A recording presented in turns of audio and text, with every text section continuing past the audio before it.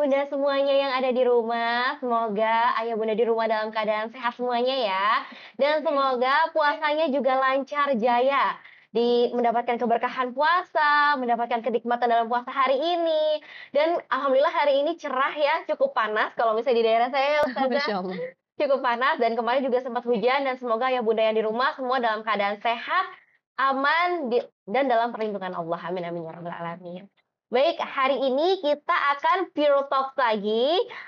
Tentunya Pure Talks kali ini akan sangat seru dan akan sangat insightful. Betul, Jadi aku betul. akan mulai ya Pure Talks cerita berkah Ramadan dengan tema Ramadan, bulan meraih keutamaan dan kedekatan dengan Allah Subhanahu wa Ta'ala. Oke, baik Ayah Bunda. Mungkin di sini udah banyak yang salah fokus nih ya, ngelihatnya pasti ke sebelah sini. Karena di sini aku sudah bersama dengan Ustazah yang pasti Ayah Bunda semua sudah kenal, yaitu Ustazah Sifa. Assalamualaikum Ustazah Sifa. Waalaikumsalam, Kak Cima. Gimana Masya Ustazah, Allah. sehat? Alhamdulillah sehat. Kak Cima sehat ya? Alhamdulillah Alhamdulillah. sehat. Masya Gimana tadi di perjalanan Ustazah? Lancar, tapi kalau menjelang berbuka ya pasti macet sih di mana-mana gitu ya. Betul. Tapi alhamdulillah lancar banget sih tadi. Oke, di jalan banyak orang nyari takjil Iya, ya. betul. Memang kalau Ramadan tuh selalu semeriah itu ya. Semeriah itu dan memang kita pasti rindu suasana seperti itu kan. Iya, Ini kan betul. udah hari ke-19 ya. Ya Allah, Masya Allah, nggak menjelang kerasa ini. 10 malam terakhir kita. Betul, Kak Cima, Masya Allah. Jadi ya tetap kita tuh nikmatin aja karena nanti pasti ada yang bakal kita rindukan dari Ramadan. Masya Allah. Mungkin selain meriah-meriahnya yang ada di bulan Ramadan ini, ya tadi ya, ibadah-ibadahnya juga kita rindukan ya, Iya, Ustazah ya. betul. Iya, bukan cuma sekedar euforianya ya menyambut Ramadan, kemudian menghidupkan malamnya, tarawih, bukber kan yang ramai di mana-mana ya. Tapi juga lebih kepada ya itu tadi. Kita harus bagaimana sih amal kita yang bisa kita istiqomahkan selama di bulan Ramadan gitu. Karena untuk istiqomah itu kan sulit. Betul, betul Ustazah. Masya Allah. Oke, baik. Sebelumnya, mungkin Ayah Bunda pasti sudah mengenal ya. Di sini ada Ustazah Syifa Nur Fadilah. Beliau memperoleh beasiswa di STI Tazkiyah dan Al-Azhar Kairo Mesir. Dan juga sering mengisi acara dakwah di berbagai stasiun televisi. Boleh dong Ustazah ceritain sedikit? Jadi kalau dulu tuh dapat beasiswa di Stay Tazkiyah itu karena saya pernah ikut satu acara program namanya Dai Muda Pilihan Antv. Oh, kayaknya aku pernah Pernah dengar mungkin deh. ya, mungkin pernah jadi penontonnya juga itu sekitar tahun 2011 ya sebelum ada acara-acara dakwah dan itu tuh perdana gitu di TV. Ya udah dari situ dapat hadiah, alhamdulillah hadiahnya beasiswa. Masya Kuliah Allah. S1. Tapi belum kelar baru menjalani tahun kedua kuliah, saya apply ke Kairo Mesir dan Jadi ternyata double degree gitu? enggak, saya pindah ke Kairo. Oh, pindah. Ternyata diterima ya udah tazkiyahnya saya tinggalin lanjut ke Kairo Mesir gitu waktu Masya itu. Masya Allah. Allah. Ya jadi pengalaman ya Kak Cima ya. Iya, berarti aku nontonin Ustazah dulu mungkin waktu aku masih SMP. Mungkin kayaknya ya, tapi sekarang berapa umurnya? Ya masih ya 20-an lah. Ini masih 20-an Gen apa. Z ya, anak-anak Gen Z. Masih Gen Z lah. Masya Allah, saya ngerasa tua nih kalau gitu. Nggak apa-apa, kita bersesumuran aja Ustazah ya. Masya Allah. Oke, dan Ustazah juga tahun 2022 kemarin baru menyelesaikan pendidikan di UIN Syarif Hidayatullah ya? Iya betul, untuk gelar magister alhamdulillah. Masya Allah. Jadi hari ini kita Ustazah dengan pengalaman yang luar biasa, insya Allah akan berbagi kepada Ayah Bunda di sore hari ini dari acara Pure Talks Cerita Berkah Ramadan untuk Ayah Bunda. Jadi Ayah Bunda stay tune ya, jangan lupa untuk Ayah Bunda nonton dari awal sampai akhir karena nanti akan ada challenge juga untuk merekap hasil dari Pure Talks ini. Nanti bisa diupload di Instagram. Oke, tanpa berlama-lama, aku langsung mau tanya-tanya aja boleh ya Ustazah? Kita ngobrol santai ya. Oke, boleh. Jadi kan tadi ya euforia Ramadan itu memang luar biasa ya Ustazah. Kita tuh maksimal dari segala hal. Betul. Maksimal dari jajannya, maksimal dari masak-masak ya mungkin ya. Ya semua ya persiapan Semuanya. sahur, berbuka gitu. Nah, mau tanya dong Ustazah, gimana sih caranya kita tuh memaksimalkan ibadah Ramadan ini supaya benar-benar bermakna, optimal, dan sangat-sangat bermanfaat buat kita juga gitu. Kak Cima kalau kita bahas tentang maksimal ibadah gimana sih di bulan Ramadan ya. Pertama Ramadan ini kan bulan yang cuman ada sekali dalam setahun. Ya, pasti kan kita tuh rindu gitu. Bahkan Kak Cima, saking Ramadan itu menjadi bulan yang spesial banget bagi umat Islam. Para sahabat Nabi dulu itu kalau Ramadan udah pergi, udah selesai Ramadan ya mereka udah doa lagi. Allahumma ballighna Ramadan, ya Allah sampein kami dong di bulan Ramadan. Amin. Saking ya emang indah banget gitu Ramadan tuh vibes-nya, kemudian kumpul keluarganya, semualah tentang Ramadan itu pasti nggak ada yang nggak indah, karena itu momen yang paling kita rindukan. Maka cara memaksimalkan ibadah kita di bulan Ramadan biar kita lebih imannya yazid, naik terus, lebih istiqomah, lebih maksimal dan nggak ada yang ditinggalkan ya, perkara-perkara kecil sekalipun di bulan Ramadan mungkin pertama yang bisa kita lakukan adalah dzikrul maut. Kata para ulama, dzikru hadimil ladzat, banyakin nginget perkara yang mutus kenikmatan. Jadi kalau kita selama ini lagi fokus sama dunia, Kak Cima, ya Allah indah banget ya dunia dan segala isinya gitu kan. Itu kan pasti godaan kita nih setiap semua yang tinggal di dunia. Enak banget ya dunia itu, semua kenikmatan di dalamnya. Nah, kalau kita pengen mengkanter, mungkin hati kita yang sedang benar-benar bucin sama dunia gitu. Kita sering-sering harusnya dzikrul maut, ingat kematian gitu. Ya Allah, kayaknya umur nggak ada yang tahu deh. Ah, saya mah masih muda, masih lama itu yang mati yang tua-tua dulu. Belum tentu. Kadang yang muda bisa duluan gitu kan namanya mati itu nggak pandang usia gitu. Jadi mungkin poin pertamanya adalah yuk sering ingat kematian karena boleh jadi kesempatan Ramadan yang Allah kasih sekarang itu nggak kita dapetin lagi nanti gitu.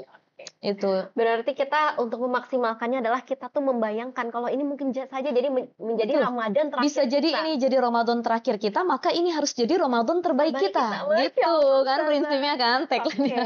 Jadi selalu diingat kalau ya Allah tetap minta Tetap kita dipertemukan di Ramadan yang pasti itu kan selanjutnya. harapan kita ya. Tapi kita harus tetap mengoptimalkan kalau jangan-jangan ya mungkin ini adalah Ramadan terakhir kita. Kita Betul, harus betul. memberikan, mengerahkan semangat kita yang terbaik. Iya, buat jadi karena ingat mati itu, pokoknya saya harus maksimal, saya harus optimal gitu kan, seluruhnya harus saya kerjakan. Bisa jadi terawih saya nggak dapetin lagi. Ya Ramadan tahun depan saya nggak ketemu lagi, saya nggak bisa kumpul keluarga lagi. Maka ini jadi momen terbaik saya untuk benar-benar membuat diri saya menikmati ibadah dengan sebaik mungkin di bulan Ramadan. Apalagi mungkin kalau untuk ayah bunda ya, mungkin bunda-bunda sih di rumah. Bunda-bunda kan memang ini ya banyak uzur-uzurnya ya, Betul. hamil, melahirkan, menyusui gitu kan. Jadi mungkin ketika bunda-bunda di rumah, di sini lagi ada juga yang menyusui atau ada lagi berkesempatan bisa berpuasa gitu ya, mungkin harus benar-benar pasti bersemangat banget nih Bun, ya Ustazah untuk berpuasa dan meningkatkan ibadah karena memang kesempatannya nggak setiap tahun. Betul, apalagi kita perempuan ya, perempuan itu dia punya periode-periode yang membuat kita harus libur atau kalau dalam bahasa agamanya mamnu datangnya haid gitu. Dan kemarin tuh saya baru ngobrol tuh Kak Cima, ada salah satu jamaah yang nanya sama saya, Ustazah boleh nggak kalau saya minum obat penunda haid? Jadi kayak semacam Premolud kalau kita umroh atau haji kan suka kita minum obat penunda haid itu. Tapi kalau ini dipakai di bulan Ramadan full 30 hari boleh nggak? Sebenarnya tidak ada larangan dalam agama kalau kita tetap mau ibadah full ya 30 hari. Tapi ya seperti itu kita harus pikirkan kesehatan juga. Kalau untuk umroh beberapa hari aman saja, tapi kalau untuk 30 hari, nah ini kita harus pikirkan kesehatan reproduksi juga gitu sih. Nikmatin aja, kalau nggak bisa sholat puasa, bisa zikir, bisa sholawat, bisa dengar kajian-kajian keagamaan gitu. Oke, salah satunya mungkin dengan Pure Talks kali ini ya. Betul. Oke, Ustazah mau nanya lagi nih. Apa hikmah terbesar yang bisa kita pelajari dari ibadah puasanya sendiri? Sebenarnya banyak ya beberapa poin, saya punya beberapa catatan ya, di antaranya puasa itu bertujuan untuk yang pertama wiqayatun nafas. Mengendalikan diri. Karena kan kita ini dalam diri kita punya sifatul bahaim, sifat hewan. Ada lagi sifatus syayatin, sifat syaiton. Jadi manusia itu dalam dirinya ada 3 sifat yang terkumpul. Dia balance, barengan gitu, ada di situ semua kan. Sifat hewan, sifat syaitan, dan sifatul malaika, sifat malaikat. Nah, kita nih lebih cenderung kemana? Apa kadang-kadang kita lebih ke sifat malaikat? Atau mungkin kita lebih banyak jadi setan ya sehari-hari nauzubillah, atau mungkin lebih banyak mengikuti sifat hewan. Sifat hewan tuh makan, tidur, nafsu ya, naluriah, betul, berhubungan suami istri dan lain sebagainya. Nah, maka untuk mengkanter agar kita tidak terlena kepada sifat hawa nafsu, menahan sifat marah, menahan diri kita. Jadi kalau kata Imam Al-Ghazali, Kak Cima, puasa itu jangan hanya menahan lapar dan haus. Tapi puasa itu bagaimana kita mampu mempuasakan diri kita dan jiwa kita seluruhnya. Artinya bukan cuman puasa dalam artian nggak makan nggak minum, tapi puasa untuk tidak menjelekkan orang lain, Masya puasa Allah. untuk tidak punya penyakit hati dengan kenikmatan orang lain, kemudian puasa untuk tidak melihat hal-hal yang Allah haramkan. Jadi makna mungkin pelajaran yang paling utama dari puasa itu bagaimana kita mampu mengendalikan diri kita agar sifat malaikat lebih dominan daripada sifat setan dan hewan. Masya Allah, Ustazah. Ini aku merasa di reminder di sini. Bahkan Masya Allah. kakak-kakak di sini juga di reminder ya sama Ustazah. Masya Allah. Masya Allah. Gimana cara kita tadi ya mengendalikan diri dan tadi Betul. Ayah Bunda bisa sambil tulis juga tadi ada 3 poin. Tadi ya kita tuh punya sifat manusia, Sifat setan, hewan dan juga malaikat. Jadi Mm-mm. gimana kita bisa membawa diri condong ke sifat yang mana gitu Iya, ya, betul. Ustazah. Oh ya nih Ustazah, Mm-mm. ini kan fenomena yang nyata nih di kita. Kita nih awal Ramadan, Masya Allah semangatnya luar biasa. Di masjid safnya penuh gitu Betul, kan. iya. Terus kayak 10 hari puasa pertama ya. 10 hari 10 hari pertama gitu Kayaknya kan. di semua masjid deh Kak Cima itu. Semua masjid Iya, ya, di tidak komplek saya terkecuali. juga gitu Sama tuh, ya. sama. Sahurnya bangun jam 2 gitu kan. Masya Terus Allah. sekarang sahurnya udah 10 menit sebelum imsak. Ini gitu apalagi kan, udah hari sampai ke-20 besok kan. Iya betul. Nah, kenapa ya banyak orang-orang termasuk mungkin aku sendiri juga itu semangatnya tuh nurun di pertengahan Ramadan Ustazah. Kira-kira kenapa dan gimana cara ngatasinnya? Baik ini. Kenapa kita semangat hanya di 10 hari pertama? Karena tadi euforianya. Baru masuk Ramadan, kan setahun itu kita nggak ketemu Ramadan. Tiba-tiba kita bertemu yang kayak lagi rindu-rindunya loh, Kak Cima. Gitu kan? Iya. Saya Kak Cima udah lama nggak ketemu saya nggak lama ketemu Kak Cima, udah setahun lebih. Begitu ketemu, hai Kak Cima, Masya Allah, ya Allah apa kabarnya? Jadi benar-benar excited, excited gitu ya. Benar-benar, wah pokoknya saya harus mempersiapkan yang terbaik. Gitu, hewan dan sifat setan, kita harus lebih banyak sifat malaikat. Nah, salah satu caranya dengan berpuasa. Jadi tujuan puasa itu yang bisa kita pelajari, puasa mengajarkan kita untuk wiqayatun nafas. Bagaimana puasa melatih diri kita untuk mampu menahan itu. Jadi misalkan kita LDM sama pasangan atau suami gitu ya. Saya udah lama nggak ketemu suami saya. Berarti ketika suami saya pulang ke rumah, saya harus dandan secantik mungkin. Saya harus siapkan makanan yang lezat. Begitupun kita. Ketika datang Ramadan ke kita excited banget kan. Kita bilang, pokoknya saya harus sahur jam 2. Ya. Bahkan masak buka puasa udah ada list menunya untuk 30 hari ke depan. Tapi nyatanya cuma direalisasikan di 10 hari pertama. Nah, ternyata begitu pertengahan kita mulai yangkus imannya. Kita mulai down, kita mulai turun, mulai futur, mulai males, mulai ya Allah kok kayaknya nggak seperti 10 hari pertama. Bisa jadi karena faktor utamanya adalah kita banyak diintervensi. Banyak trigger-trigger yang datang ya. Jadi adanya intervensi dari faktor eksternal itu, faktor luar itu, ya kayak contohnya 10 hari pertengahan itu udah mulai banyak acara bukber. Iya betul. Ya kan? Karena kita terlalu semangat buat acara bukber, tarawihnya ketinggalan. Bahkan ada yang kalau bukber nggak sholat. Nah ini bukber itu bahkan nggak sunnah, cuman mubah gitu kan. Tapi banyak yang wajibnya ditinggalin gitu. Kemudian lagi akhirnya capek, nggak tarawih, pulang malam, subuh kesiangan, sahurnya enggak, kan mulai tuh. Jadi berimbasnya banyak. Impact-nya banyak gara-gara mungkin kita terlalu sibuk dengan acara bukber, sibuk dengan masak, akhirnya ibadah-ibadah intinya tertinggal. Kemudian lagi sudah mulai banyak yang fokus persiapan baju lebaran. Kan infonya tahun ini katanya coklat mahogani ya. Oh, Yang Masya bakal Allah. bestseller gitu. Dikira Red Burgundy ya. Itu juga. Josage lagi kan gitu. Tapi ya itulah yang kadang-kadang bikin kita nggak fokus ibadah lagi ya gara-gara mikirin baju lebaran, check out baju lebaran, nontonin live. Mending kalau live kayak gini kan sambil Live masak, kajian, sambil kajian. Tapi ada yang live TikTok ya, atau live Shopee dan lain sebagainya yang ini diskon ya, akhirnya habis waktu kita baca Quran enggak, mulai surut. Yang paling utamanya sih adalah mungkin karena niat kita mulai luntur ya.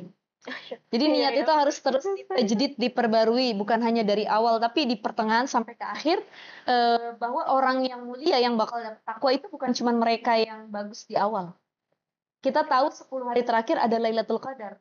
Jadi orang-orang yang tetap semangat di 10 hari terakhir, mereka orang-orang pilihan. Masya Allah, orang-orang yang menang ya. Orang-orang Ustazah ya. yang menang, betul. Makanya kan Masya Idul Allah. Fitri gitu ya. Iya, gimana cara kita bisa memenangkan selama bulan puasanya gitu, bisa kuat atau enggak gitu, untuk Iya, tetap istiqomah gitu, istiqomah, konsisten, mempertahankan benar. gimana supaya puasanya tetap konsisten dan mengurangi intervensi-intervensi duniawi ya Nah, Ustazah ya. sebenarnya kayak gitu boleh aja, cuman tetap kita bisa apa ya, hadang lah dengan Oke. keistiqomahan yang kita miliki. Yang penting niatnya harus kuat di awal Kuat. Ustazah ya. Semoga bisa Ustazah. Masya Allah, semangat anak-anak Gen Z ya apalagi. Oke. Amin. Nah, jadi ayah bunda jangan lupa sambil nonton, maaf aku potong sedikit Ustazah, yang sambil nonton jangan lupa untuk meresume podcast atau Pro Talks kali ini, karena nanti akan ada hadiah ya Kak, untuk ayah bunda dengan resume terbaik. Nanti ayah bunda jangan lupa up di Instagram story plus tag @purella.official dan juga Pure Talks _ Jadi langsung aja jangan lupa tag @purella.official dan @puretalks _ ya, jadi langsung diposting dan ditulis-tulis. Tadi Ustazah banyak banget notes-nya yang luar biasa. Nanti ayah bunda jangan lupa dibagi ke aku ya catatannya. Aku juga mau nih. Sambil nyatet ya jadinya ya. Iya.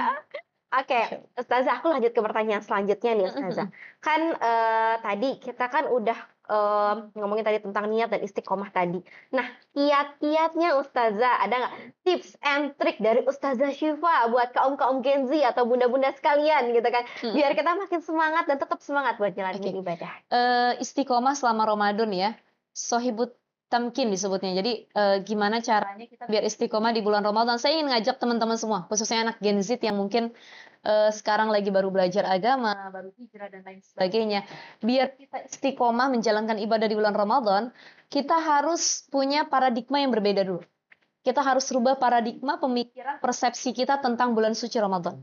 Kita menganggap Ramadan ini bulannya memupuk amal. Jadi karena masuk Ramadan saya harus banyakin ibadah. Tapi ternyata selepas Ramadan dia kembali maksiat. Karena dia hanya menganggap ya tempat waktu ibadah itu cuma bulan Ramadan.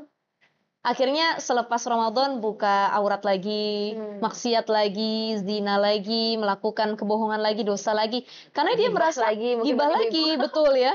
Karena dia merasa ya udahlah kan Ramadannya udah habis gitu. Nah, ini kan persepsi yang salah yang harus kita luruskan gitu. Jadi Ramadan itu bukan bulan memupuk, tapi bulan membiasakan. Maka kalau pengen istiqomah bukan hanya selama Ramadan nih Kak Cima, tapi after Ramadan. Ya. Kan banyak orang yang akhirnya su'ul khotimah, artinya after Ramadan dia jadi makin buas, makin buruk. Karena gitu. mungkin ditahan pas bulan Ramadan. Nah itu. Puas-puasin sesudah Iya, Ramadan. karena dia hanya berpikiran tadi persepsinya, ya bulan Ramadan kan tempat ibadah, ya udah memupuk, dia bilang. Padahal Ramadan bukan bulan memupuk, tapi bulan membiasakan. Kalau kita sudah terbiasa di bulan Ramadan, nanti setelah Ramadan, kebiasaan-kebiasaan yang kecil pun akan ikut istiqomah, konsisten. Dilaksanakan sholat malam, pengennya puasa sunnah, karena udah biasa. Kemarin 30 hari puasa, kayaknya kalau nggak puasa tuh ada something gitu, sesuatu yang beda gitu kan, Kak Cima. Dan yang kedua itu adalah yang harus kita rubah terkait persepsi bahwa kenapa orang cuman semangat ibadah di bulan Ramadan, karena dia merasa Allah itu cuman ada di bulan Ramadan. Kenapa saya rajin? Ya bulan Ramadan. Allah tuh ngawasin saya, Allah ngelihat saya harus terawih, saya harus puasa dan lain sebagainya. Selepas bulan Ramadan dia udah nggak nganggap Allah itu ngawasin dia lagi, ada lagi. Nah ini persepsi yang salah, jangan cuman beribadah karena tempat, misalkan kita karena umroh di Mekah Madinah, atau karena kita lagi puasa di bulan Ramadan, tapi setiap waktu. Maka Ramadan ini sebenarnya kalau kita mampu untuk membiasakan kebaikan di dalamnya, kita akan mudah membiasakan kebaikan-kebaikan lagi di bulan-bulan yang akan datang. Nah terakhir Kak Cima, kata Imam Al-Ghazali, kalau pengen istiqomah nih, konsisten. Baik itu dalam amal, ibadah, atau ya perkara positif apapun itu ya. Kata Imam Al-Ghazali, minimal mengulang perkara itu 3 kali berturut-turut. Jadi harus tanamkan adanya habit dulu, kebiasaan gitu. Kan bisa karena terbiasa. Dan terbiasa itu diawali dengan keterpaksaan. Paksain dulu gitu. Bangun malam tuh ngeselin emang, tapi paksain dulu gitu. Puasa tuh emang ngeselin banget sih, lapar gitu, tapi paksain dulu. Nah kalau kita sudah terpaksa, terbiasa, itu nanti akan mudah kita lebih konsisten. Dan minimal 3 kali, kata Imam Al-Ghazali, 3 kali berturut-turut. Jadi contoh, kita pengen sholat malam. Malam ini bangun, malam besok bangun, malam ketiga bangun lagi, dipaksain seberat apapun. Sekuat apapun. Sekuat apapun. Kalau sudah 3 kali, after 3 kali kita ngelakuin itu, pasti ada kayak kecenderungan hati yang, aduh rindu deh. Dan kok ada apa ya, kekosongan dengan saya tidak melakukan perkara tersebut gitu. Oke, jadi pas hari Masya Allah. keempat tuh kayak jangan-jangan tiba-tiba kebangun gitu Iya ya. gitu. Jadi ya udah apa nature aja kan, alamiah.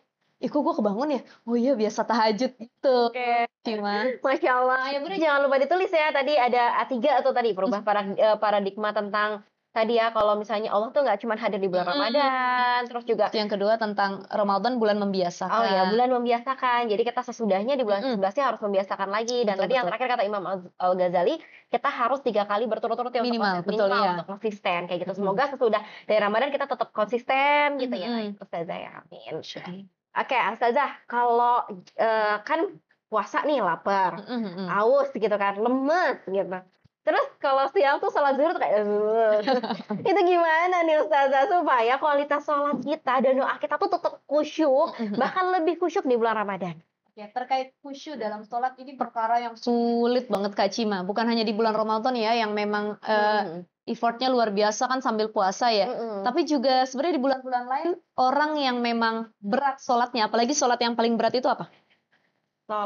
Sholat subuh dan sholat isya. Jadi orang yang punya penyakit dalam hatinya itu berat ngejalanin sholat subuh sama sholat isya.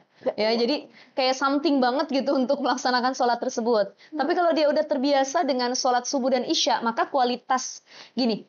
Sekarang kan Kak Cima kan Gen Z nih, anak duluan ya. Sekarang kan yang jadi problem tuh masalah anak-anak Gen Z adalah tentang isu mental health. Kesehatan mental. Waduh, mental illness. Gue lagi sakit mental. Gue kena ini terus gampang ngediagnosis dirinya. Tiba-tiba self diagnose tadi ya, dia cuman searching di Google, di apa gitu aplikasi. Apakah saya kena penyakit ini? Ya, kamu kena penyakit ini. Jadi gampang ngediagnosis diri sendiri. Padahal nggak datang ke ahlinya. Terus tiba-tiba kayak anxiety gitu kan, kayak wah kok nggak tenang ya menjalani hidup. Bisa jadi mungkin yang harus kita ubah pertama kali adalah sholat kita. Karena ketenangan itu hadir dari sholat. Sholat yang khusyuk utamanya. Gitu. Dan sholat yang harus diperbaiki dimulai dari sholat subuh. Kalau subuhnya aja udah nggak bener, gimana kamu mau tenang? Gitu. Karena orang yang tenang adalah orang yang bangun di waktu subuh, cerah, dia ngelihat matahari, dia tahu apa sih visi misi saya ke depannya untuk hari ini, apa yang mau saya lakukan. Jadi dari pagi tuh udah positive vibes. Masya Allah. Gitu. Karena dapat angin-angin pagi hari. Beda kalau bangunnya siang, subuhnya kesiangan, itu juga kita akan merasa, kok saya nggak tenang ya sholat. Maka gini, untuk mencapai sholat yang khusyuk, tadi sama kayak Ramadan. Bayangkan kalau ini adalah sholat terakhir kita. Jadi kalau kata Imam Abu Hatim Al-Assam, bayangkan ketika kamu sholat, di belakang kamu tuh malaikat maut. Yang, kamu nggak khusyuk dikit, habis kamu. Saya di belakang nih, kata malaikat Israel gitu ya. Dan bayangkan depan kamu tuh Ka'bah. Jadi kalau pengen khusyuk, bayangkan kalau kita lagi sholat depan Ka'bah. Kan kalau kita lagi sholat di Mekah itu, dan benar-benar posisi kita tuh apa ya, kayak face to face sama Ka'bah, itu nggak perlu ngadep ke sejadah lagi. Berarti langsung lihat ke depan Ustaz. Ya, harus sunnahnya seperti itu. Jadi kalau sholat depan Ka'bah, pandangan kita langsung ke Ka'bah. Kecuali sholat di rumah yang selain Ka'bah baru pandangannya ke sejadah. Jadi pandang Ka'bah itu kan kayaknya something banget ya, sesuatu yang waduh enak banget ya buat hati saya tenang gitu. Alhamdulillahirabbil alamin. Apa bayangkan kalau depan kita tuh Ka'bah gitu. Dan ya itu anggap saja itu salat terakhir kita. Bayangkan kalau depan kita Ka'bah, di belakang kita malaikat maut, dan kemudian bayangkan betapa sholat ini menjadi media komunikasi kita dengan Allah. Jadi nggak ada yang tahu keluhan dan masalah hidup kita kecuali Allah dalam sholat kita. Nah itu. Jadi kurang lebih kalau pengen khusyuk ya begitulah kiat-kiatnya gitu. Oke Ustazah, Masya Allah. Jadi sebenarnya Allah tuh ngasih kita kesempatan 5 kali sehari tuh untuk update kehidupan kita sama Allah ya. Betul, untuk apa ya? Terkoneksi lagi. Recharge lagi kan, Iya, recharge cerita your sama soul Allah gitu. ya. Bener lewat sholat tadi Lewat doa kita tadi ya. betul Kak Cima. Jadi kayak kita tuh apa namanya ngadu sama Allah, kita curhat ya.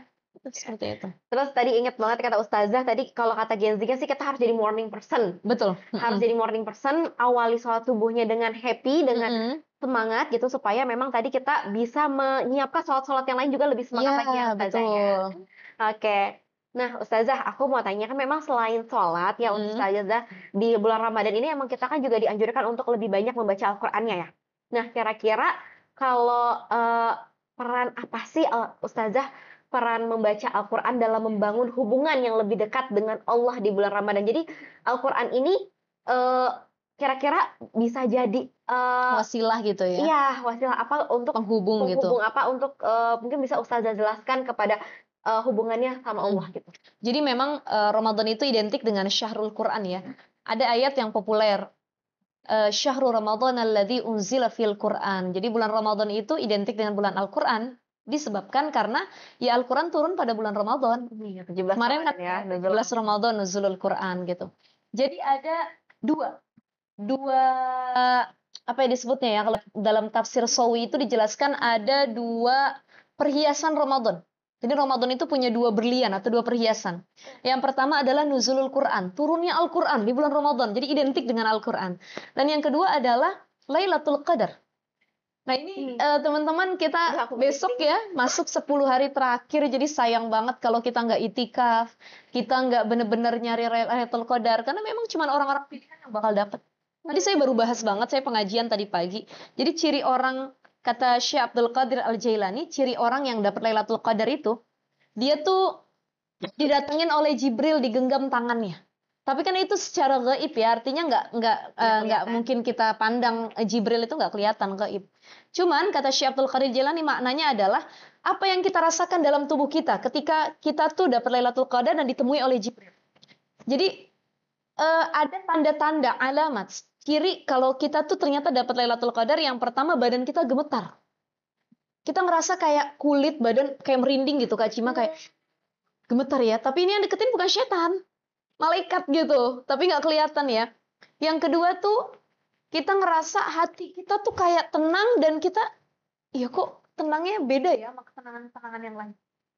Dan yang ketiga kita tuh merasa mata kita tuh mudah menangis. Misal kita itikaf di 10 hari terakhir bulan Ramadan, kita baca zikir Allah, Allah, tiba-tiba ngalir air mata, ada yang berbeda di hati kita. Nah itu kata Syekh Abdul Qadir Al-Jailani, bisa jadi kamu yang dapat Lailatul Qadar. Ya Allah. Keadaannya seperti itu. Gitu. Insya Allah. Nah, itu salah satunya. Makanya kita ya kalau bisa malam hari itikaf, tapi diisinya benar-benar dengan zikir dan ibadah. Ada yang ngapain itikaf? Ya itikaf saya nungguinnya lama, saya sambil ngedrakor nih 16 jilid gitu ya. Oh itu sama aja gitu kan. Maka karena identik dengan Al-Quran, perbanyak baca Al-Quran. Gak perlu hatam, yang penting hati kita terpaut dengan Al-Quran gitu. Insya Allah Ustazah, aku jadi ikut merinding. Alhamdulillah kita dapat materi dari Ustazah ini sebelum 10 malam terakhir. Masya Allah, Jadi kita ya. masih bisa mempersiapkan Kita bisa diri, persiapkan ya. dikasih reminder gitu kan untuk oke, ayo kita persiapkan diri. Semoga kita semua bisa mendapatkan hadiah malam istimewa, malam Lailatul Qadar. Alhamdulillah ya Allah. Oke Ustazah, maaf aku jeda sebentar. Jadi untuk ayah bunda di rumah, mau ngingetin juga jangan lupa ya untuk nge-review podcast kali ini dan mau ngasih tahu juga ya bunda kalau Fiorella adalah skincare andalan untuk anak aktif, diformulasikan khusus oleh Dr. Cindy Putri dengan bahan alami dermatologis tested dan hypoallergenic, yang artinya itu cocok untuk segala jenis kulit dan juga aman untuk kulit kecil yang sensitif. Jadi ayah bunda jangan lupa untuk mempersiapkan nih. Ramadan ini kan cukup udah mulai kering nih ya, cuaca udah mulai panas. Jangan lupa stok Fiorellanya di rumah dan nanti buat persiapan lebaran juga ketemu sama saudara-saudara, bawa Fiorellanya kemana-mana. Oke, kita lanjut lagi ya Ustazah. Nah, Ustazah, tadi kan kita sudah dapat nih penjelasan tentang apa sih istimewanya tadi malam Lailatul Qadar, ciri-cirinya kita mendapatkan Lailatul Qadar. Tapi kalau ciri-ciri malam Lailatul Qadarnya tuh bagaimana, Ustazah? Jadi Lailatul Qadar itu hak prerogatif Allah. Tetap kita nggak bisa menjudge kayak nih ibadah dari awal 10 malam pertama sampai 10 malam terakhir, terus dia nggak ibadah, pokoknya kayaknya gue yang dapat Lailatul Qadar, dia enggak gitu. Kita nggak bisa, karena itu bukan hak kita yang apa ya, memutuskan siapa yang berhak dapat Lailatul Qadar. Sekali lagi itu urusannya Allah gitu. Tapi ada dua tanda. Jadi tanda yang ada dalam diri yang tadi saya sebutkan, yang kedua adalah tanda alam. Bagaimana tanda alam kalau malam ini tuh malam Lailatul Qadar?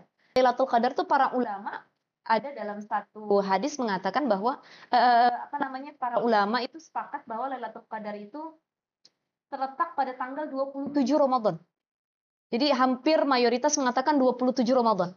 Tapi ada yang mengatakan selain 27 Ramadan, makanya kapannya itu masih jadi perdebatan. Ya, ada yang bilang pokoknya tanggal ganjil, entah 21, 23, 25, yang penting setiap malam kalau bisa, bukan hanya malam ganjil, kita tuh istiqomah, itikaf dan melakukan hal-hal yang positif. khususnya ibadah. Nah, kalau tanda alam sendiri yang bisa kita lihat kalau memang itu beneran ada Lailatul Qadar malam itu, kurang lebih banyak dijelaskan oleh hadis Nabi Shallallahu Alaihi Wasallam. Ini ada catatannya ya. Di antaranya kata Nabi SAW, "Ya Lailatul lati amarna biha Rasulullah Shallallahu Alaihi Wasallam bi qiyamiha. Ya Lailatul sabiha sab'i wa ishrin wa amaratuha an tatlu'a asy-syamsu fi sabihati yaumiha bayda'a la syu'a laha." Jadi malam Lailatul Qadar tuh cirinya dia kayak sejuk gitu. Adem. Jadi kalau hujan nggak terlalu dingin, panas nggak terlalu panas, dia tuh bener-bener kerasanya kayak adem. Terus yang kedua di pagi hari matahari itu terbitnya itu yaumiha bayda'a, warnanya putih, nggak yang kayak kuning gitu. Oh, nggak yang menyorot gitu ya? Nggak yang nyengat panas, tapi kok mataharinya terlihat sejuk ya. Putih, sejuk gitu. Itu di antara salah satu hadis riwayat Muslim kata Nabi. Dan ada satu lagi Lailatul Qadri, Lailatul Talaqatul laharata wala baridatan. Malam itu nggak kerasa dingin banget, nggak kerasa panas banget. Tusbihu syamsus sabihatuha dha'ifatun hamra. Dan pokoknya matahari itu intinya kayak putih kemerah-merahan. Bukan menjadi selama ini kan kalau kita langsung lihat matahari kayak aduh apa sih, kayak bener-bener gitu kan. silau, terganggu. Tapi pada hari itu kata Nabi, matahari itu jadi bestie kita, jadi kayak Sejuk kok banget, sesuatu enak banget ya, sejuk, ada cahayanya tapi tidak manasin tubuh kita gitu. Itu Masya Allah. ciri-ciri alam. Ciri alam yang benar-benar kerasa kayak ada ketenangan yang berbeda pada malam tersebut gitu. Mungkin kita mudah-mudahan insya Allah bisa ngerasainnya. Amin, amin. Semoga kita bisa mendapatkan tadi ya, nggak terlalu sibuk dengan intervensi dunia, apalagi 10 malam terakhir mungkin kita udah sibuk nyari kue lebaran ya Ustazah. Tapi bisa tadi yang menyadari tanda-tanda yang mungkin sudah Allah berikan ke kita dan kita bisa mengejar malam itu ya Ustazah Betul, ya. betul. Nah Ustazah, kan tadi Ustazah juga mengingatkan kita untuk kayak jangan sampai tinggal iktikaf di 10 malam terakhir. Nah, gimana sih caranya supaya kita tuh bisa mengoptimalkan ibadah di 10 malam terakhir itu dan mungkin apa sih Ustazah keutamaan itikaf itu sendiri gitu? Kan Iya. kita bisa ibadah yang lain, nggak hanya itikaf aja. Apakah itikaf ini seistimewa apa Ustazah? Ya, jadi gini, Nabi Shallallahu Alaihi Wasallam di 10 hari terakhir itu melakukan 3 hal. Yang pertama, Nabi itu mengencangkan sarungnya. Yang kedua, Nabi itu menghidupkan malam-malam 10 hari terakhir Ramadan. Dan yang ketiga, Nabi itu membangunkan keluarganya. Itu 3 hal yang Nabi lakukan kalau masuk 10 hari terakhir Ramadan. Ya, dan banyak yang bisa kita lakukan di 10 hari terakhir selain yang Nabi lakukan tadi. Di antaranya adalah beritikaf di masjid. Dan itikaf ini, Kak Cima, harus pakai niat ya teman-teman. Nggak bisa itikafnya dalam mall. Atau itikafnya di hotel. Saya niat itikaf dalam hotel karena Allah gitu. Waduh, itu itikaf itu tempatnya kalau nggak masjid ya musola gitu. Bahkan para ulama berbeda pendapat, ada yang mengatakan bahwa tidak sah itikaf di musola, harus di masjid gitu. Tapi ada juga yang mengatakan tetap sah dilakukan di musola karena itu juga tempat sholat gitu ya. Itikaf ini pertama harus pakai niat. Nawaitu an a'takifa fi hadzal masjid lillahi ta'ala. Kalau nggak bisa bahasa Arabnya, bahasa Indonesianya aja, nggak masalah gitu ya. Saya niat beritikaf di masjid ini karena Allah. Maka kalau kita sudah niat beritikaf, kita harus diikut sertakan dengan hal-hal yang positif. Jadi misalkan tadi zikrullah, zikir kepada Allah, kita banyakin baca Quran. Ya, perkara-perkara sunnah kan banyak tuh, zikir, baca Quran, kita bersolawat, kita datang ke masjid itu sambil mendengar kajian, tausiah agama gitu ya. Kemudian lagi menulis juga boleh dalam masjid, menulis-menulis yang sekiranya bisa jadi motivasi yang di-share kebaikan. Itu kan hal-hal positif. Jadi jangan sampai saya mah itikaf tapi itikafnya semalaman tidur aja. Sama aja kayak di rumah Sama ya, aja kayak di Ustazah. rumah ya. Tapi bisa jadi mungkin yang tidur sambil zikir ada juga gitu ya. Kita nggak bisa menghakimi. Tapi juga jangan malah jadi ajang gibah. Jadi Bareng teman-teman sama komunitas circle, yuk itikaf yuk biar nggak ngantuk bareng-bareng gitu. Tapi ternyata pas lagi itikaf tengah malam gibah ngomongin orang, nah itu kan. Jadi itu yang harus diperhatikan sih Kak Cima. Utamanya baca Quran dan zikir itu yang lebih utama dilakukan. Berarti jangan lupa kita harus meluruskan niat kita buat itikaf, jangan buat dijadiin wadah tadi ya buat gibah atau kita Gibah, cuman betul. atau bahkan kita mau flexing gitu kan. Itikaf nih guys gitu kan. Mungkin ada juga yang suka gitu kan. Nah, Niatnya beda ya. iya, khawatirnya niatnya jadi bergeser gitu Ustazah ya. Nah, Ustazah tadi pertanyaan. Oke, Ustazah mau tanya nih, kira-kira apa pesan Ustazah bagi mereka yang pengen hijrah dan mendekatkan diri pada Allah di bulan Ramadan ini? Karena kan Iya, biasanya Ramadan ini dijadikan ajang titik balik betul. seseorang untuk berubah gitu.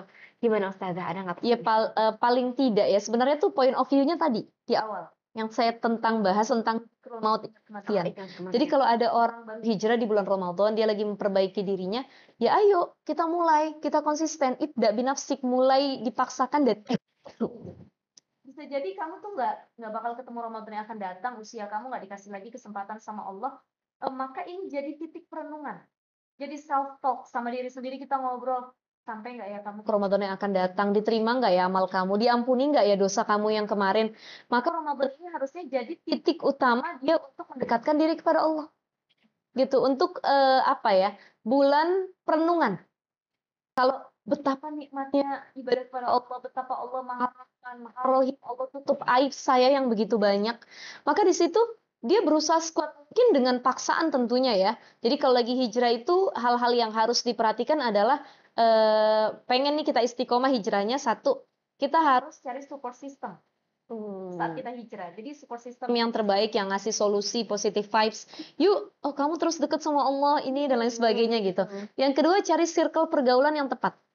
Karena kalau lagi hijrah tapi kita tetap pada pergaulan yang lama, artinya mereka orang-orang yang ngarahin kita kepada keburukan, sama aja.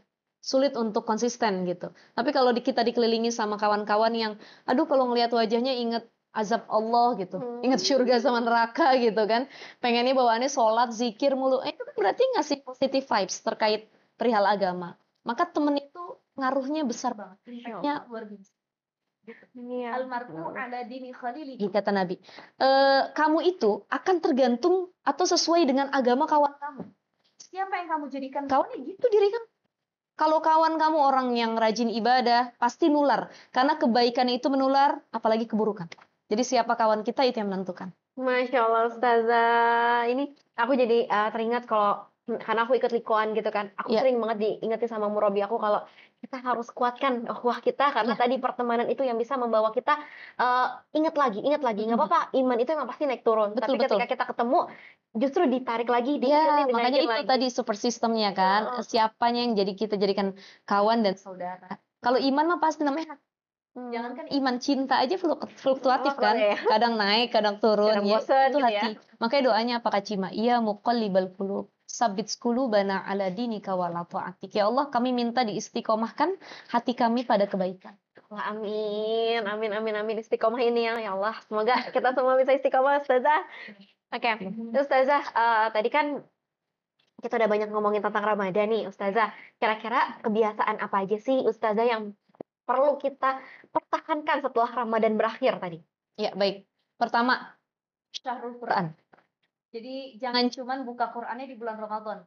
Tapi selepas bulan Ramadan minimal banget kalau sesibuk-sibuknya kita ya, semasygul-masygulnya kita, sehektik-hektiknya kita tetap baca Quran tuh ya 1 halaman gitu. Jadi saya dulu dapat pesan dari guru saya, sesibuk-sibuknya kamu, kalau hidup kamu pengen tetap berkah gitu, minimal habis maghrib baca Quran walaupun cuma berapa ayat gitu. Itu kan kebiasaan yang diteruskan dari bulan Ramadan. Jadi bukan cuma bulan Ramadan saja. Yang kedua, puasa. Karena Ramadan sudah membiasakan kita untuk puasa, maka yuk mulai dari puasa Ayyamul Bid misalkan. Kalau nggak kuat tiap minggu Senin Kamis ya Ayyamul Bid dulu 13, 14, 15. Tapi kalau kita merasa kayaknya saya butuh puasa tiap minggu, ya udah Senin Kamis. Ada lagi karena dia udah begitu cinta sama puasa, saya harus puasa Daud deh kayaknya. Sehari puasa sehari bukan, itu lebih keren lagi gitu kan. Jadi mulai dari jadi pembiasaan itu bisa dilakukan mulai dari yang termudah dulu. Supaya kita tadi ya bisa nanti lama-lama naik. Iya, lama-lama naik. Jadi yang mudah dulu tapi dibiasakan. Kayak kemudian lagi sholat malam atau bangun tahajud. Kita cuma bangun jam 4 kan kalau Ramadan, sahur. Iya. Tapi kalau selain Ramadan, aduh beratnya bangun jam 4. Gitu susah banget. Maka bangunlah 10 menit sebelum subuh dulu.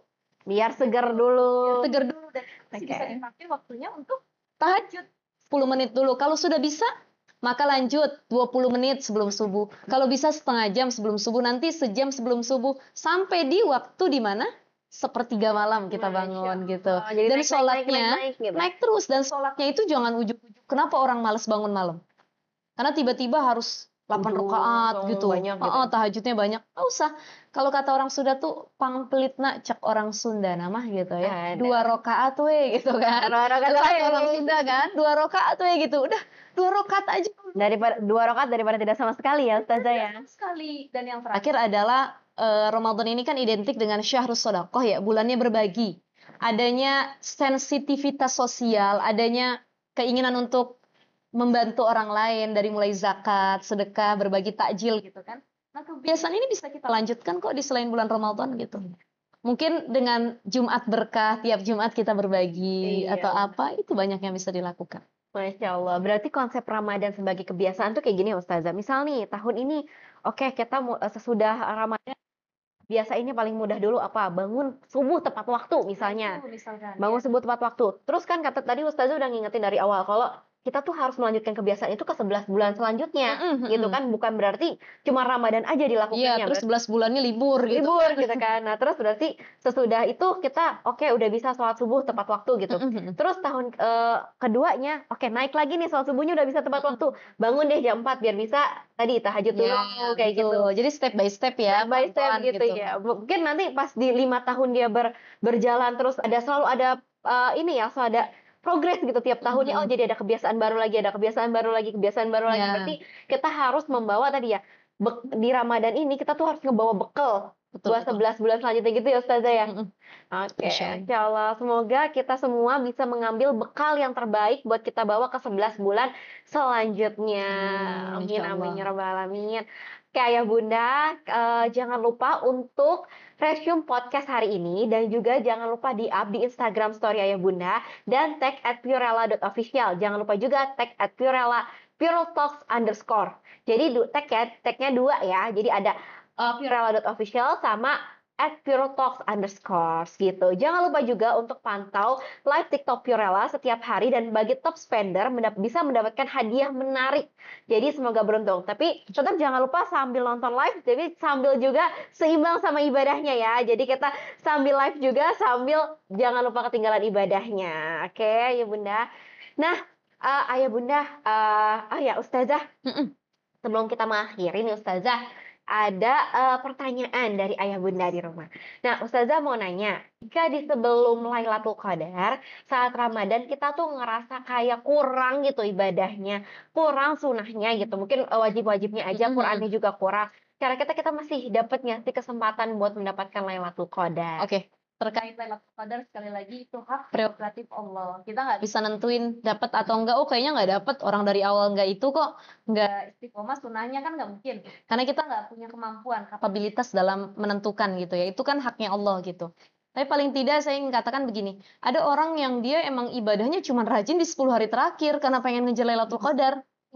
Jadi kalau 10 hari pertama sama 10 hari kedua dia bukan Lailatul Qadar, Lailatul Qadar. Keder tiap malam ya. Enggak, sholat enggak, puasa enggak, bahkan ada banyak ya someone atau orang-orang yang dia cuma ikutan puasa tapi sholatnya enggak. Atau dia cuma sholat tapi puasa enggak. Padahal orang sholat tapi enggak puasa itu ibarat pakai celana tapi enggak pakai baju. Orang puasa dia enggak sholat ibarat pakai baju tapi enggak pakai celana. Maka harus balance. Kalau dia puasa dia juga harus sholat gitu.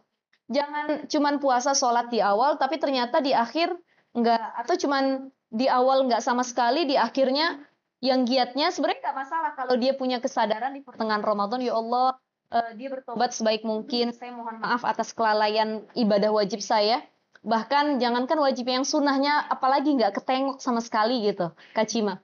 Tapi Allah itu al-afu, Maha Pengampun. Jadi kalau di pertengahan Ramadan kita dapat reminder, kita harusnya bersyukur karena Ramadan belum berakhir tapi Allah pengen kita lebih memanfaatkan waktu di bulan Ramadan ini. Maka perbaiki dan lakukan ibadah seoptimal mungkin gitu. Masya Allah Ustazah. Aku dengar cerita Ustazah tuh jadi kepikiran tadi nih Ustazah. Tadi tuh sebenarnya hari ini tuh aku lagi agak kurang enak badan. Tapi terus aku tuh ingat kalau misalnya memang ngerasa tuh kayak ibadahnya tuh gitu-gitu aja Ustazah. Terus mungkin tadi ya, mungkin ini cara Allah buat akhirnya bisa ketemu sama Ustazah, bisa dikasih reminder juga, dan semoga ya mungkin setelah dari sini nggak cuma aku aja, tapi Ayah Bunda di rumah juga kita bisa sama-sama meningkatkan ibadah lagi di rumah dan alhamdulillah masih masih dapat kesempatan nih menghadapi sebelum Ramadan yang akan datang gitu ya. Semoga dikasih sehat, kita bisa dapetin malam Lailatul Qadar itu ya Ustazah ya. Ini ya semua kita terus teman-teman yang menyaksikan juga insya Allah salah satu orang terpilih yang dapat Lailatul Qadar. Amin. Terima kasih Ustazah. Nah, mungkin Ustazah sebelum kita berakhir, mungkin Ustazah ada nggak kira-kira oh ini ada pertanyaan lagi Ustazah. Oke. Gimana cara supaya Allah menghapus dosa ya ini ya, dosa kita di masa lalu? Oke, sebenarnya ini gampang banget ya, jawabannya ada di hadis Nabi Shallallahu Alaihi Wasallam, dan Ramadan jadi momentum terbaik agar dosa kita dihapus sama Allah. Man shoma ramadhana imanan wahtisaban ghufira lahu ma taqaddama min dhanbihi wa ma ta'akhkhar. Begitu juga man qama ramadhana. Jadi siapa orang yang puasa, siapa orang yang bangun malam atau sholat malam di bulan Ramadan, maka akan diampuni dosanya bukan cuma yang terdahulu, tapi juga yang akan datang. Masya Allah, Gitu. Ustazah. Dengan catatan imanan wahtisaban, ibadahnya tuh benar-benar diniatkan karena Allah. Jadi kalau ada orang yang benar-benar untuk agamanya lillah, pasti Allah juga gimana ya? Kita tuh kayak saya ngambil case tuh kayak contohnya, analoginya gini. Kita ngerengek sama orang tua kita. Ya, kita punya salah sama ayah ibu kita, tapi di satu momen kita tuh ngerengek kayak, ibu maafin ya bu, kakak nggak sengaja ibu, ya kakak tuh sayang sama ibu, pokoknya kakak janji bakal jadi anak yang baik. Terus dia memperlihatkan perubahannya yang signifikan, benar-benar pengen jadi anak yang baik. Kan nggak mungkin ibunya tuh nggak ngelihat kelakuan anaknya yang wah sekarang jadi baik ya, terus merengek benar-benar pengen berubah. Begitupun Allah ngelihat hambanya. Oh memang kamu punya dosa, kesalahan dulu, tapi cara kamu memperlihatkan perubahan kamu saat ini, kata Allah, itu imanan wahtisaban. Ikhlas karena Allah itu yang bikin aku pengen mengampuni dosamu, bukan hanya yang udah berlalu, tapi juga yang akan datang. Masya Allah, berarti kita jangan takut kalau misalnya kita kayak khawatir gitu kan, kayak Allah masih nerima kita nggak ya gitu, Allah masih ngampunin kita nggak ya? Allah Sebenarnya, tuh luas banget ampunannya gitu. Masya Allah, yang penting kitanya yang harus hadir, kitanya yang harus tadi meluruskan niat untuk minta ampun, minta maaf sama Allah gitu ya Ustazah ya. betul. Sama seperti kayak tadi anak ke orang tuanya, nggak mungkin orang tua tuh tidak memaafkan anaknya gitu. Sama seperti Allah ya, nggak mungkin nggak maafin kita gitu ya. Ya, tapi kalau makhluk itu masih ada potensi nggak mau maafin. Makhluk itu ada sifat sombongnya. Ya, jadi ya tetap gue nggak mau kenal, gue nggak lupain gitu ya. Beda aku sama ingat. Allah. Allah itu benar-benar al-afu as-safhu yang bukan cuman lupa ngelupain dosa hambanya, tapi Allah tuh buka lembaran baru lagi buat hambanya. Artinya ya nggak ada dendam sama sekali sama hambanya. Beda kan kalau makhluk masih ada dendamnya kan, masih ada terbesit gitu. Betul kalau Insya manusia. Allah. Oke, alhamdulillah tadi kita sudah hampir 1 jam ngobrol sama Ustazah, seru Masya banget, Allah. insightful sekali, dan semoga bisa memberikan reminder buat Amin, insya Allah. saya sendiri, buat kakak-kakak di sini, bahkan untuk ayah bunda di rumah. Dan jangan lupa tadi ya di resume podcastnya, terus nanti upload di Instagram, boleh juga tag Ustazah ya nanti ya Ustazah ya. Oke, mungkin Ustazah ada ini nggak closing statement sebelum kita tutup acara Pilstalk? Ya baik, jadi closing statement dari saya, intinya Ramadan ini kan sebentar lagi berakhir ya, dan Ramadan ini menjadi bulan yang pasti dirindukan nantinya di 11 bulan yang akan datang. Harapan kita semoga paling penting balighna Ramadan, Allah sampein lagi kita ke bulan Ramadan yang akan datang, dan mudah-mudahan Ramadan kali ini jadi muhasabah diri kita untuk lebih memperbaiki kualitas ibadah dan juga kualitas diri. Jadi Ramadan itu menjadi bulannya reminder, bulannya pengingat bahwa ternyata Allah itu bukan cuma ada di bulan Ramadan, tapi Allah memang harus kita dekati di bulan-bulan yang lain. Gitu. Tidak semua makhluk dapat kesempatan yang baik dari Allah, maka gunakan waktu yang Allah berikan benar-benar untuk melakukan ibadah kebaikan dan peduli terhadap sesama. Jadi Ramadan itu bukan cuma cerita tentang soleh sosial, soleh spiritual, hubungan kita sama Allah, tapi juga ada soleh sosial. Bagaimana kita memberikan manfaat buat orang-orang sekitar kita. Jadi pada intinya gini teman-teman semua, orang yang berhasil dengan Ramadannya adalah mereka yang puasanya layaknya kupu-kupu. Kupu-kupu itu kalau pengen jadi kupu-kupu, dia jadi telur dan ulat dulu, kepompong. Telur, ulat, kepompong, kupu-kupu. Ada lagunya tuh ya, ujungnya kasihan deh lu gitu. Padahal itu tuh perubahan untuk menjadi kupu-kupu. Jadi ketika kupu-kupu di dalam disebutnya kepompong, itu dia puasa. dan puasanya menjadikan kupu-kupu makhluk yang lebih indah lagi. Nah, ini sama analoginya seperti kita yang berpuasa. Kalau puasa, selama puasa benar-benar kita hayati, kita niatkan karena Allah sebaik mungkin kita lakukan, maka selepas puasa kita akan jadi orang yang lebih baik lagi. Beda yang kedua, analogi yang kedua, puasa ular. Puasa ular itu ular kalau ganti kulit, dia puasa. Dan semakin sering ular ganti kulit, dia akan semakin buas. Semakin Liar. susah dijinakin, liar gitu ya. Semakin, wah inilah ngeri gitu, bisanya tajam dan lain sebagainya. Maka ada orang yang puasa, dia ibadah di bulan Ramadan, tapi selepas Ramadan dia makin sangar, makin buas, makin strong, makin ganggu orang. Maka puasanya nggak berimpact positif sama sekali buat dirinya. Tapi insya Allah, mudah-mudahan yang kita dapetin puasa ala kupu-kupu ya, bukan puasa ala ular yang lebih buas setelah Ramadan berakhir ya. Ya, amin amin ya Insya rabbal Allah. alamin. Tadi ya semoga kita semua dijadikan ya kupu-kupu ya. Semoga di bulan puasa ini kita menjadi kepompong dan dipersiapkan untuk menjadi kupu-kupu yang lebih baik lagi Iya. setelah Ramadan ini berakhir. Amin ya Allah. Oke, alhamdulillah ya Bunda sekalian, kita sudah ngobrol 1 jam dan semoga memberikan dampak baik dan memberikan insight, manfaat buat ayah bunda di rumah pun buat kami di sini. Baik, terima kasih banyak Ustazah atas kesempatannya Sama-sama. hari ini. Semoga semua yang disampaikan sama Ustazah membawa berkah untuk Ustazah Amin, juga. insya Allah. Baik ayah bunda, kita akhiri Pure Talk cerita berkah Ramadan kali ini. Semoga bermanfaat dan sampai ketemu di Pure Talk selanjutnya. Dadah, Assalamualaikum warahmatullahi wabarakatuh.